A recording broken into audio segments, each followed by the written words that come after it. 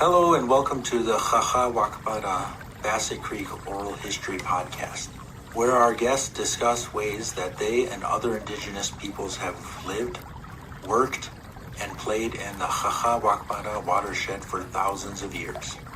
This project was created in Minnesota Makoche, or Minnesota, the traditional and contemporary homelands of the Dakota people. The project was co-led by Dr. Casey Keeler and Crystal Boyd, with support from community partners. More information is included at the end of this episode. On behalf of everyone who contributed to this project, thank you for tuning in. Good afternoon. I'm here with Jim Rock for the Bassett Creek Oral History Project. So hamitaki api. Wambdi hayetu emaki apido. So I said hello my relatives. I'm Wambdi hayetu, part of my name. Ocheti shakling oyate hemataha. Imeni jaska imachage. Hello my relatives. I'm of the 7 Starfire Nations. I said I was born at Imeni jaska. That's St. Paul. My ate, dad, was Sisito on Dakota. He went back to the stars about 11 years ago. So I wish you could have been hearing this from him. It's a joyful, beautiful responsibility to try and, his moccasins, and he always walked with love. He was a wonderful ambassador. He modeled our values so well, and so anyway, he is in large part why Roxanne and I are together. So that's why I need to mention he was one of the very few elders that Roxanne hadn't met yet around here in the Twin Cities. We were both at the University, Minnesota Twin Cities. So let's see, did I say anything else I didn't translate there? I guess it's a stopping place just for intro. Well, thank you for that. That was such a generous introduction and such a nice tribute to your dad as well. So you mentioned that you were born in St. Paul, but for how long and have you lived in this area surrounding Bassett Creek? Oh yeah, it's interesting. Most St. Paul people don't cross the river to the Minneapolis side, and vice versa. We get very loyal over generations. If that's a Minnesota thing, or probably even more so indigenous, we do love the places we're a part of. We invest in those relationships. We want to see the health of all our relatives. That's why when we greet hello my relatives, I'm seeing the rooted, the ones that still have green out there, and the ones who have little buds ready to poke out, and the wingeds, the crawling, swimming, all the relatives. And so those healthy relationships are key, and I think that's what maybe in some ways we put down roots, and I've kind of learned that I need to be more flexible. And if anyway, so after university, my first work was up at the White Earth Reservation. So I went 4.5 hours north, and then when I came back down, it happened to be on this side of the river. So I still have family, friends. I'm on projects of sacred site and wetland restoration, and I work with archaeologists and universities and so forth on both sides of the big river, the Wakpadan, or Wakpa. Yeah, we're at Bassett Creek, Wakpadan. The dam makes it like creek instead of river. Wakpadan. Yeah. So my dad was he didn't really use much English till about age 12. He was a first language speaker, and he was his kunshi, his grandma's assistant for those 12 years. She was a Wakbewiya, a leaf woman, an herbalist, and a doula, midwife. So he would follow her all over and with her bundles and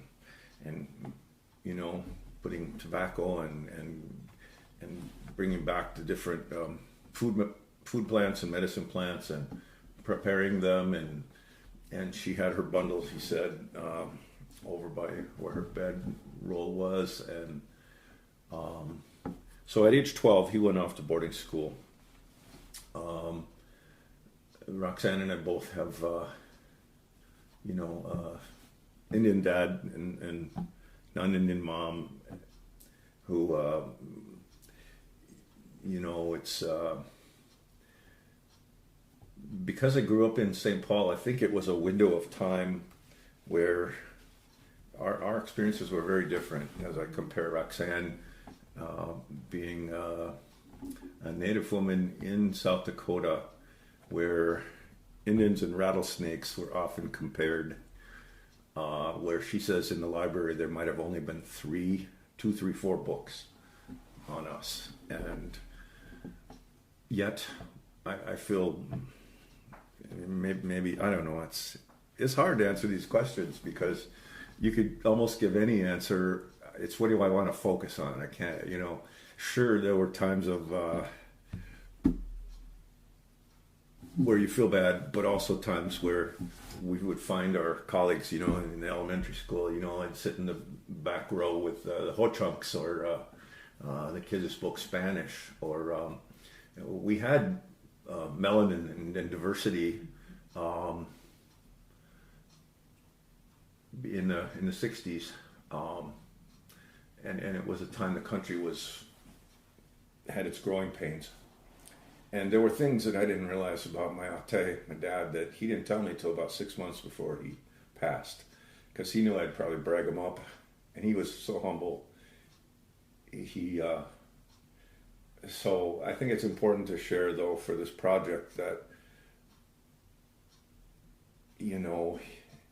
he was always kind of behind the scenes leader, advocate, bridge. Mm-hmm. He didn't want to be out front. He barely let us take pictures. He didn't want recordings. This made him uncomfortable. So part of me, Roxanne and I we have to be used to it, but there's a piece of me that I just, like him too, it's I have to pretend I'm not being taped. So then he was with Dr. Martin Luther King and Ralph Abernathy and Dick Gregory in Milwaukee,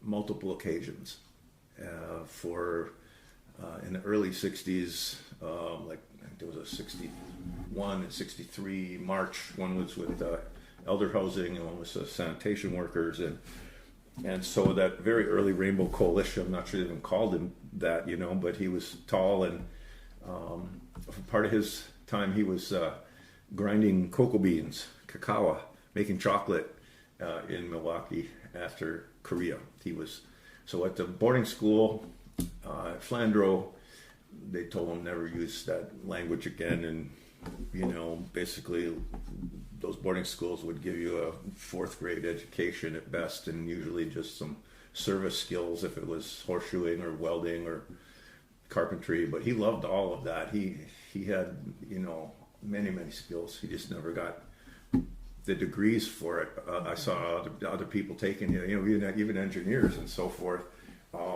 taking his ideas, and he was always coming up with improvements and so forth. So it was one of the last road trips we got to make, was go back over there, and he showed me where that chocolate factory was, but he also had 37 years of sobriety, and that's why I can be here.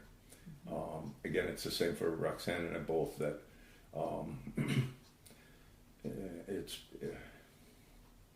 we are here because others made hard choices for love and sanity and health, and they matured,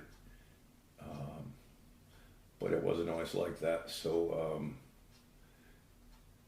I think you feel that you want to give back for our children, grandchildren, and make this a better place. And so yeah, I have cousins over in Wisconsin and so forth too. So does Roxanne in Milwaukee. There were so many pieces we didn't realize how much we knew, and that's he could see things. Both of us were kind of the nerdy academics who just wanted to focus. We didn't have we kept our boundaries, and it was I was teaching for an American Indian summer STEM program. That was about 17 years with a Ho-Chunk, wonderful brother, and so he's a mathematical musician, and I'm a the scientist, language, whatever culture. We put this curriculum together, and then but it was always soft funded, and different directors and so forth. Then Roxanne came to be that director, and she saw how we were just doing it anyway, and she liked how we did that. So let's see. I better quit for a second. No, I feel like you have touched on my next few questions. All right. But what really stood out for me in hearing you speak, Jim, was you grew up in St. Paul, but you mentioned the Mississippi River, spending time up at White Earth, and now you came back to the city, so you're on the other side of the river. But the significance of watersheds, Definitely. Rivers for Native people. What is your dad's name? Yeah, his Washicha name is interesting because his dad had a very rare experience. A lot of times at boarding school they would give us names, so they have a lot of Wilson, Larson, Johnson, Olson, Nelson. White names. Yeah, and he said that his dad had a piece of paper, and they got to the point where he needed a name. So he went up to some farmhouse, and he said, like a census taker, he's like, "What's your name? Can you write your name for me?" Mm-hmm. So, I don't know if the person knew that would then become the name. It was Wilson. Yeah. And so a lot of us have returned to traditional names of our grandparents, our great-grandparents, or through ceremony. And so it's been wonderful that I'm glad you reminded me that, because up at White Earth, at Wabit, that's Ojibwe for, sunrise, Algonquin language, the east direction. Mm-hmm. And much like Roxanne's name, Bedabinikwe. But then I ended up coming back to the Twin Cities for graduate work, but I was recruited. I was teaching chemistry and physics up there for 3 years, and I was recruited by an African American woman superintendent. All places. It's hard to say it. Waizeta. It's Waziata. And I thought, okay, this is changing my stereotype, because growing up in the cities, you hear about Minnetonka, Edina, and Waziata. And of course, being from, Lower East Side or whatever, we didn't have that kind of financial, in terms of state hockey tournaments or all those rivalries, right? It might as well have been Beverly Hills or something. I didn't know. So it was, I thought, wow, there's diversity here. Maybe I can work. So I ended up, I guess that's what I was trying to say, and I probably stayed too long because I could bring in a lot of other Dakota speakers, uncles and aunties and so forth. But I was always in trouble for telling them that their real name is Waziata. And when you spell that name Wayzata, I said, that's not English, and it's not Dakota. It's not in English dictionaries nor Dakota dictionaries. Why? Because I'm not trying to poke their finger here. I'm just saying it's misspelled, mispronounced, misheard. It's a problem. Can we deal with truth? No, we could not. and so that white privilege was very much... As time went on, it became even greater and greater. I had wonderful students that I loved, and they loved me, and there were always a few though, and some of them had well-known corporate last names. And I know my history here. I know the railroad builders and the flour mill operators, the lumber barons, the real names of the places. And as long as I didn't peel that back and start teaching truth, keep it to the technology, you know. Oh, yeah. This is so important, Jim. You know what? This isn't any of the questions, but you know, you worked in the K through 12 system in the West Metro, where particular pockets are known for their white affluence. Yeah. And what does that mean as a Native person working in this environment? But also this historical legacy of the lumber, the flour, the railroad industries in this region also has me thinking a lot of the work of Louise Erdrich, who's written about this in her fiction. Yep. But a lot of these families are still around. Exactly. And then today we also have a fair number of Fortune 500 companies in the West Metro as well, attending these schools at particular There's the places. Preps and the, you know, Blakes So, and the, yeah. In these schools that you were teaching in, did you ever have Native students? Oh yeah, that's what's so amazing. And you know, I'm concerned about naming names too much here because it's like my dad. You know, you could easily name drop and people would, or even if I hint at it, you can figure it out. But there were some wonderful people who then grew up. If I knew them from 14 to 18 years old, and then they would be on mom or dad's board.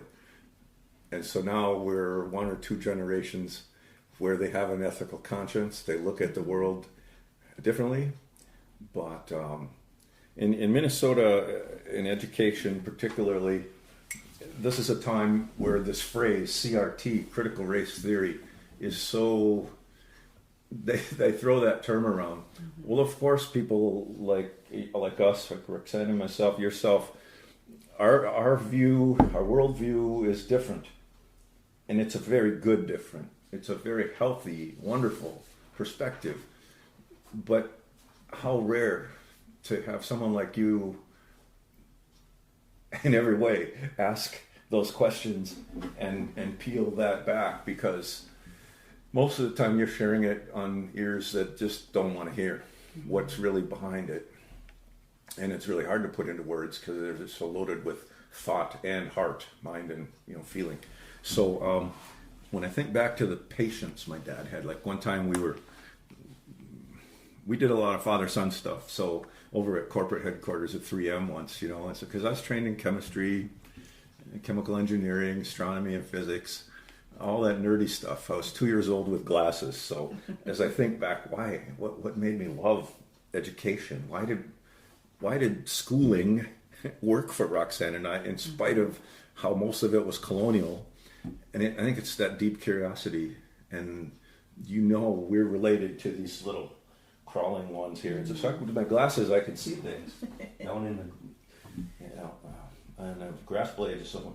And then I also realized, even though I was 2 or 3 years old, that when the light went through, you could see a little sun and it would get hot, and so you could light leaves on fire. Oops. So that's a pretty powerful tool. We couldn't play with matches, but lenses for microscopes and telescopes. So seeing little stuff and faraway stuff, and that cosmology that develops. And just because my dad would say, learn everything you can from those books. But remember, there's much more written all around you and within you than in all those books. So he didn't discount Euro education, and he loved, you know, stories, and, you know, he was always reading too. But I had a grandmother who played Scrabble with me and so forth. So you learn math and spelling, and it's whatever it takes to give kids that positive feeling. And then when I could meet a few other people like Ben Blackhawk, or that somehow, you know, I remember it was an Ojibwe classmate in 4th through 7th grade. Everybody thought he was Japanese, and he didn't want them to know, you know, and they'd call him Fuji, for example, or, you know, so yeah, I could blend. My nose wouldn't let me blend. I got more of my mom's skin in my dad's nose. So there were times, and again, as long as I didn't have long hair, I wasn't always. But as I prepared for this, I have a book from like 9 years old from the school, and it was old when we had it. But what's so amazing is they're short chapters of Minnesota history with illustrations written in the 30s, and this was in the 50s and so here's a chapter on Jonathan Carver, or Hill, or all those names that have counties, Ramsey and Sibley, and so I could read the little book, and what's amazing is they actually put Indigenous perspective in there a little bit. I mean, way more than critical race theory today would ever allow a book like that from 70 years ago to survive on a librarian's shelf. I know, because the purges are happening. They always were. We always had to stand up for a broader perspective of, even if they're bad books, at least you can now document how bad it was. There was a $200 bounty on our heads. So my dad's family, his grandparents and parents, great-grandparents maybe, went over 1,000 miles away. They were the furthest of the exiles to go up to Saskatchewan, Dakota Whitecap Nation in Saskatoon, but then they went up to Prince Albert. So this winter I was able to connect with that community as I'm trying to find how, if any, and I realized I found some charts from, again, the 1890s and early aughts, that over half of those folks, if they did make it up there or last more than a year or two or three, over half died of TB. And they really didn't get to establish farmsteads or find employment, or so a lot then came back to these other places that became Whitecap or Standing Buffalo or whatever. So and so when I think about Wounded Knee and those who were Dakotas in exile who came south because it was tough up there. They were hoping grandmother England. I mean, I think of the Ukrainians going to Poland, this little guy who was 10 years old and spent 600 miles on a train with a phone number on his hand. My dad talked about walking, 20 miles with bad shoes, if any, and bloody feet. And he wasn't on that, but we are still in exile here. 90% of us no longer live in our home state, and this entire state, Minnesota Makoche, for 10,000 plus years. Right. We were here before the glaciers, and we came back, that mountain of ice. And so when you know the stories, and my dad's grandma would share those all through the winter, and the stars, that's how, what I'm getting at is the star stories and figures up there are the best mnemonics for layering multiple like teepee poles. One teepee pole's good, but a whole bunch leaned together and tied together, where think of each pole pointing to different stars, and now you've got this structure to live in, and it's a philosophical structure too. I call it starchitecture. And that's the Makoche project too, is because we do want to return to those traditional ways of living, Wichohang, and to use our language. My dad, many years he wasn't back here after he was wounded in Korea and recouped, and then when the urban environment and stuff. So some of his friends came around, but again, some of his friends. Boarding school, then they lost the language. He still was able to retain, but I wish I had learned more earlier, sooner. But it's the name of the stars. I'm just so grateful, because that's and his grandma. There's birthing connection to that. That's why in the Big Dipper, for example, there's a blue woman. Ton or Toon, depends if you say it, Toonie, Auntie blue auntie birth woman, it could be translated, and she's the celestial midwife that helps the baby to be born.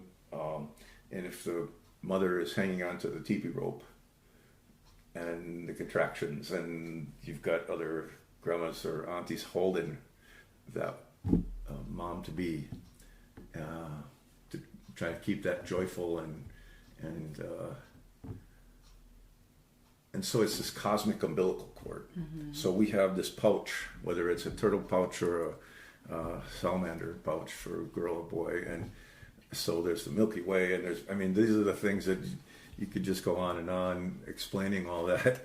And so, Jim, you spoke a little bit about the significance of place for you and Dakota people living in exile for so long, and you're here in Golden Valley. What really is a homeland for Dakota people. So when you think of the Bassett Creek area, how do you relate to this region as a Native person? I feel the ancestors very directly on this exact piece of property.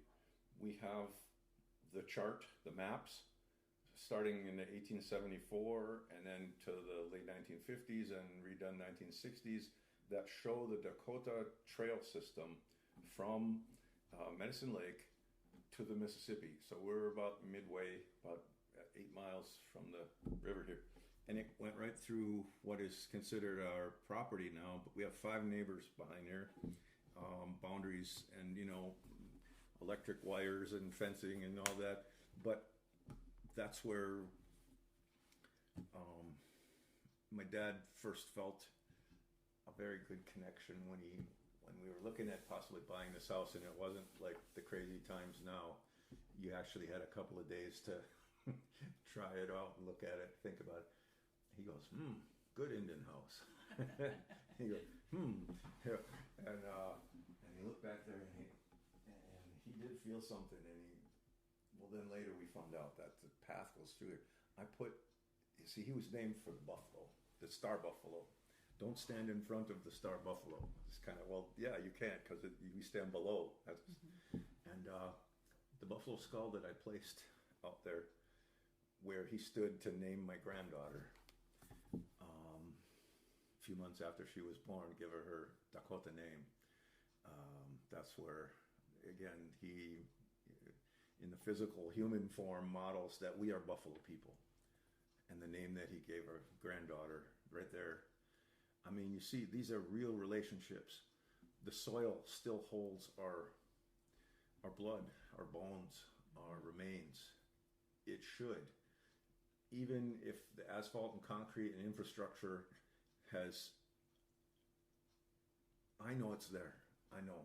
In a spirit form we call kapemini, that what's above is below. There's a spiritual existence and a physical existence. Spiritual one is way longer. Mm-hmm. We're just in these bodies for a while. Atoms are made in stars. So star stuff are us. And we say that. We mean it. We come from the stars, and to the stars we return. Come from the earth, to the earth we return. So we're supposed to be really good relatives, always thinking in these thousands and thousands and thousands of years since the big ice was here. And so I feel it directly. And the flowing water, that's energy. That's her blood, the Earth Mother. So when Roxanne and I walk around, we walk a lot. We get approximately, we try our 10,000 steps a day here. The creek is not very accessible because it's on private lands and those 2 golf courses, but I've taken pictures and superimposed the views onto that map that shows what it should be. And unfortunately, as Roxanne told you too, the number of trees, we had a couple of blowdown events and then with some tree disease, but it seems to be these companies, Asplund and others, they're predatory.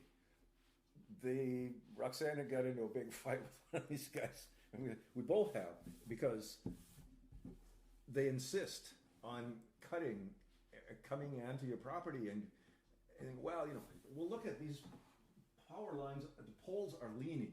They won't repair for 15 years we've been fighting with them. It's like, hey, straighten it up. You don't want to, and you go, well, that just carries the cable, that one line that's so low right there, and the squirrels run on it, you know. So I guess it doesn't have power. Okay, but they won't straighten it up. The power is the upper one. And our neighbors have taken out so many trees. And there was probably an oak that was well over 100, maybe 120 years here. That's our grandparents. You know, we become part of the trees. Maybe there wasn't a burial, but maybe there was. We go, the atoms don't go away, they just go around and around and around. We're recycled stardust here. So these Dakota place names, we mean it. My dad does first language. It's our philosophy to live in a good way as relatives and leave it better than you found it. I mean, and I don't see that happening. People have such a short-term view, and they just want to flip houses and make a profit, and they're not here to stay. Yeah, I appreciate this, and this is something also Roxanne touched on, is the temporality of place for a lot of and folks. individuality, temporality, exactly. But for Native people and the Dakota people here, that it's deeper than that. You know, you can't just pick up and move your house. These places hold deep meaning and real cultural significance. And then the property taxes that, you know, we're trying to retire. We don't know if we could keep paying the property taxes even if the house is paid off. We're taxed to live on the land of our ancestors, illegally, because the law is still on the books that in 1862, it was a $200 bounty. As I said previously, my dad's family had to go up to Canada. A few of them came back. Only 10% now are here. That's why this project is so important. So we are buying land back with the help of settler allies who recognize it's like back rent for colonizers. And it really, there's a lot of wonderful church groups, and our Makoche Kikchupi website can share about that. So a lot of, Roxanne and I are in the governing council, I do presentations about these kinds of things. People want to know what they can do. Well, there's a lot we can do. And a lot of churches have land. And there's even some big corporations. And again, we're in the middle of trying to, it's very tricky because those gatekeepers, they have freedom from taxation if they hang on to that land, but then they don't want us to. We're not going to build casinos. We're not trying to take property out of. I mean, it's where our ancestors are buried. We know that in some of these cases. We're trying to get some of that land back, but it works against us if we say too much, because then the grave robbers and the looters, the hunters, the pot diggers. I can't say a lot of what I know. I work with the Science Museum, Indigenous Roundtable, and with people like Darlene St. Clair and others, and we know specific places that when they cleared out the Pennsylvania woods over there, we used to walk in those paths and feel again, but they won't leave any shrubbery or underbrush, or they think they have to clean it all up. And they're taking habitat away. So we used to hear the frogs were deafening here. It was incredible. Just 15 years ago. Yeah. This has me thinking about exile and access to land. So, of course, after the U.S. Dakota War, Dakota people were in exile. Some have never been able to return. But in other cases, Dakota people have been able to. But now there's a conundrum where Dakota people can't access land. Because of the high costs of land. Oh, man. So we have Dakota people who are both experiencing houselessness or the inability to purchase a home to live in, even if they do have the financial means. And we increasingly see that in the West Metro suburbs because of the cost of living here. Do you want to speak on that? Well, it's interesting that yellow, green, blue, and red coloring on the maps up north here in the North Jim Crow version. And they called it redlining to keep the slums or for the brown folks, black and brown. In this case, since 1862, we've had redlining from red people. And it's still very much in place. And if a place like Waziata or Chaske or Chahasampaha or Anokite or Matromede, Bede Mato, or all these place names are Dakota names. It's not just Bede Makaska, and everybody threw a fit, and we got one place changed back, and I'm so grateful to our twin nieces and Cloudman Village, they're honoring their ancestor, and yeah, we know them. Dad doesn't look too far from here too, so it just feels like we're going to keep pushing, and I hope we can do it gently and out of people's hearts, because you can't legislate an act of the heart. Then it's begrudging. People don't act out of love and recognizing what's right. What does justice look like? Mm-hmm. Now, that question was the title of Dr. Wazia Tawin's book, 2008, What Does Justice Look Like? And her vision was that we should be able to come home. And so to buy back these pieces of land and build earth lodges, and I got pictures of what those look like here too, but you've been very generous with your times. I'm glad that you are talking about place names a little bit.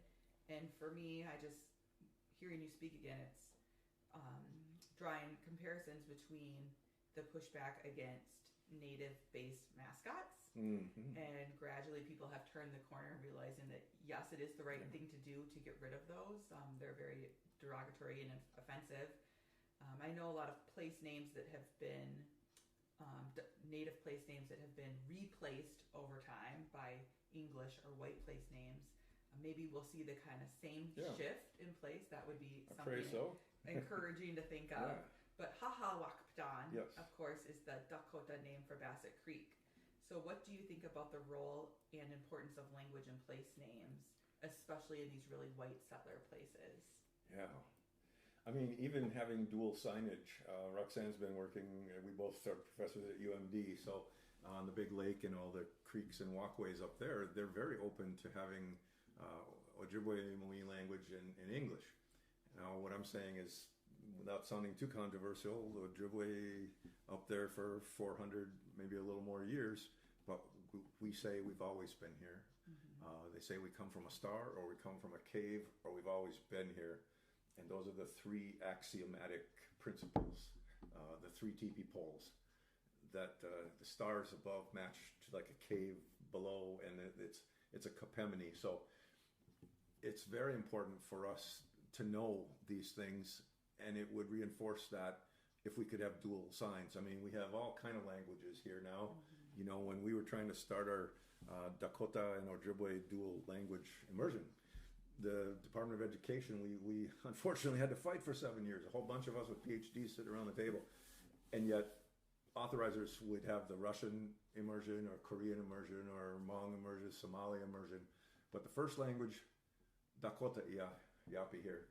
No, they said, well, you're just going to bang on a drum, and come on, are you really going to teach calculus? Are you? Yes, you could see that the technology I've shown you when the tape wasn't running here, because some of this can't be recorded, it needs to be taught live, and some of the work I do is in a planetarium, but I don't make prepackaged shows, mm-hmm. because it needs to be taught viva voce in Latin, right? A living breath. Yeah, and a lot of these teachings also need to be taught outside. Mm-hmm. That's in right. Specific places on the land. That's it. Active learning, and experiential learning. That's what we wanted for our school. Because kids remember it. It's wired into them then. So they're having food and music and dance, and it's part of that kinesthetic body memory, and So keeping this conversation going with a focus on the land and the recognition of Dakota people here, past and present, this oral history project grew out of the VCPC land acknowledgement process. So what do you think about land acknowledgement statements, broadly speaking? And after the work has been done to create a responsible and respectful land acknowledgement, what do you see as necessary follow-up and supplemental work to be done? Great question. Thank you from my heart. Because land acknowledgements have kind of become popular, and it's an easy first step, even though people might spend years debating over the therefores and the the word from the dictionary they're going to use. But again,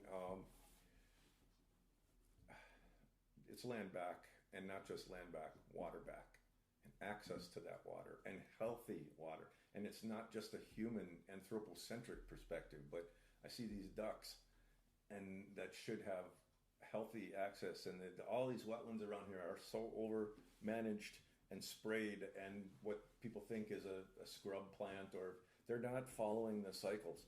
A very dear good friend of mine is a wildlife biologist. He was a National Park Service photographer, and he's a Golden Valley resident, and he knew my dad, and my dad showed him how to offer tobacco and get the better pictures that you just wouldn't believe. But if you have the right attitude and you put out some tobacco, those relatives might actually come to you.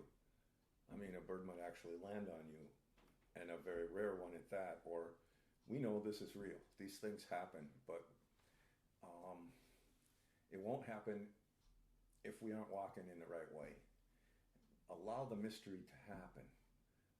See and feel and smell and be in the sacred, even if that person didn't clean up what their dog left behind. It is disgusting. It's disturbing, because when I take people to the burial mounds, which are actually pregnant mother belly mounds, it's not just a place of death but birth, over in St. Paul, where I was born, at those mounds, and above the cave with the drawings in there. Now there are needles. There's houseless folks in desperation. There's violence. St. Paul, I think, had 13 shootings in the first 90 days here. I love that place dearly. And even though I've been assaulted and we've fought, 40 of my 60-some years to try to say, this is not a park. This isn't for your dog, or a splash pool for... Seriously, all these weird ideas that they want to do. This is a cemetery for our ancestors who are here. Only 6 mounds of what should have been 18 are still there on the upper part. And the lower part should have been 19 mounds above the cave. 0 of those are left. So 6 out of 37 mounds remain.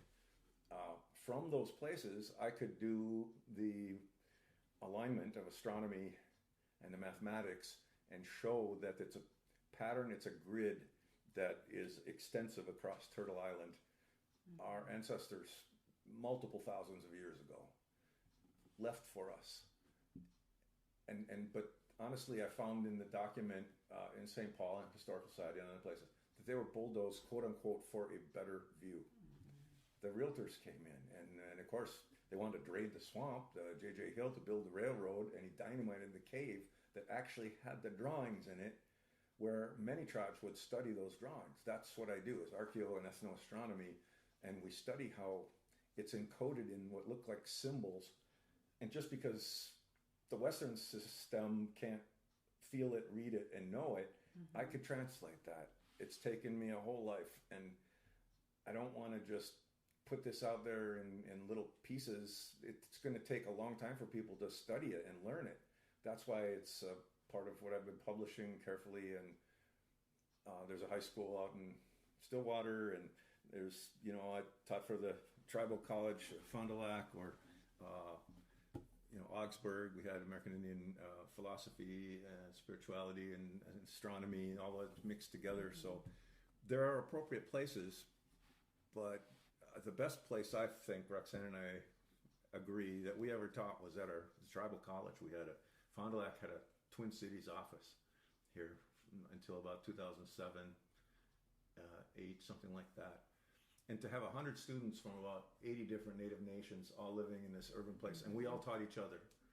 So we would share our star stories, so then we all have a wealth of, we're like spokes in the wheel.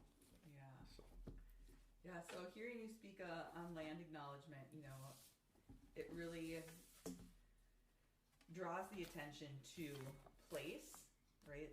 We're here in Golden Valley in the Bassett Creek watershed, but this is only a small spoke of a larger network, and the responsibility, both at the individual level and the collective responsibility, Exactly.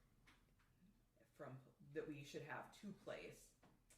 So, what advice would you like to give to those who help manage and steward the Wakpadan watershed and surrounding area today? I hope they're open-hearted as well as open-minded, and I hope they've studied. I think sometimes people need jobs and they just put in their time and they overdo things and they don't even need to be done. I really hope they'll listen to the experts. The knowledge is there of what we should not be doing. And I hear excuses mostly when we confront them that, well, this needed that and we can't do that, blah, blah, blah, and, Roxanne and I are only two voices and, there's other, who stands up for the relatives? Green growing, who's their advocates? Right. This also has me thinking, they need to study. Yes. But it's study what sort of knowledge systems hold value in different places. Indigenous protocol too. Right. Yeah. So, different management techniques, Western management techniques are often in contrast to traditional indigenous knowledges. So that matters as well in terms of what people are doing. So one of the final questions I have is, what would you like future generations to know about your experiences as a Native person living in a predominantly white environment? Life is it's a gift. It's a privilege, one day at a time. My dad, he'd been on the other side at least twice or three times that we know of, pronounced and come back. And so he reminded us that I'm just grateful that we were here. I had, 6+ decades. That's a long time. That means I've consumed a lot of material and water and food, and the total footprint, carbon and otherwise, I could never give that back. That's why to live more sustainably, I feel I've been selfish. Yeah, and I don't know. I just I would hope for future generations. We say generation, is that we have not been good stewards to leave them better than we found it, and so it's kind of with shame and broken heart that there's not as wealth healthy, what they should have and be inheriting. So our human supremacy has really been, it's about our ego. And I often explain that, we can't help but be egocentric when we're born. Babies have a lot of needs, and yet they're also Wakang. They come in from the star world fresh and clean and wonderful, and then over time we can become not just egocentric, but ethnocentric, unless we have multiple cultures, and then we can become geocentric, and that it's just one world but then heliocentric. We think the Earth is a center, but then we find out, maybe it's that sun. No, the sun is just one of all these 300 billion stars in one galaxy. We could become galactocentric, and now we realize only 100 years ago that there are other galaxies out there. So it's a very large cosmic worldview that I've been able to learn about. And I think our ancestors always thought of that. When we had numberless numbers of buffalo, my great-grandpa was able to pick up the dried buffalo chips. They didn't have a smell. That's a fuel source. They ate the prairie grasses. And then, so those were good for, there should be this intact prairie system here. 98% of the wetlands are gone. 99.95% of Dakotas are gone, the whole Minnesota Makoche. Only 1% of the tall grass prairie is left. There's a little patch about a mile south of Highway 212 on the way out to Pejutazizi, Chanchayapi. I would love to see those prairies come back so the buffalo can come back. Those keystone relatives, again, it's kind of using a Western name, but when a few relatives come back, a few more can, and the numbers, they deserve their place back too. And 60 million bison came down to about 300 in 1879 when my great-grandpa was born. Same year as the light bulb, same year as Einstein. And that's the other thing, light pollution.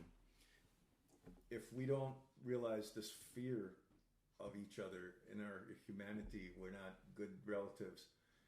And so we keep trying to build brighter and bigger, more polluting, energy-sucking lights on parking lots and so forth. And I work with Dark Skies and the International Dark Skies, and we still have some of the best dark skies up north. But that North Shore we're working hard up there too, Star Skies Duluth, to change the lights. I would love to see the local municipalities and businesses understand that it affects the migrations of the birds and the turtles and even the fireflies. No wonder we don't have all the insects we used to. The fireflies can't find each other to mate because of the lights. They have this flashing. So there's so many interrelationships that light is a pollution. And so if we don't know the star constellations, because we can only see maybe 20 or 30 stars of what should be 3,000 to 6,000 stars, of course we're not going to know the stories. Right. Yeah. So that's kind of a long answer for what I hope for the future, that the skies get darker, that the land gets more healthy, and the relatives come back. So what I have taken is that the land acknowledgement and place is so significant, but we need to think about it in terms of doing the right thing and access to place and the watershed beyond humans for all relatives and for all species. And this is a good reminder for me too, as a Native person. I have tended to focus so much on history and human presence, but to continuously think about all relations here. Right, so thank you so much, Jim, for your time today. Obidatanka, Chibigwich, and I look forward to getting to know our other indigenous neighbors and relatives right here. Thank you. Thank you. Naya Chopna Becha, Wopidatanka Unkenichiapi. Thank you for listening. This project may serve as a model for other communities that seek to go beyond land acknowledgement. To learn more about this oral history project, please contact Hennepin History Museum. The project was produced following the standards and principles of the Oral History Association.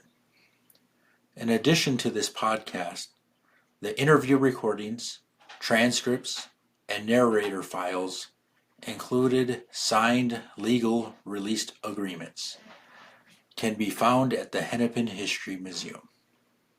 Funding and other support was provided by the St. Anthony's Falls Heritage Board, Hennepin History Museum, Valley Community Presbyterian Church, and the University of Wisconsin. This publication was also made possible in part by the people of Minnesota through a grant funded by an appropriation to the Minnesota Historical Society from the Minnesota Arts and Cultural Heritage Fund. Any views, findings, opinions, conclusions, or recommendations expressed in this publication are those of the authors and do not necessarily represent those of the state of Minnesota, the Minnesota Historical Society, or the Minnesota Historic Resources Advisory Committee. Anaya Chopna Becha Wopira Unkenichiapi. Thank you for listening.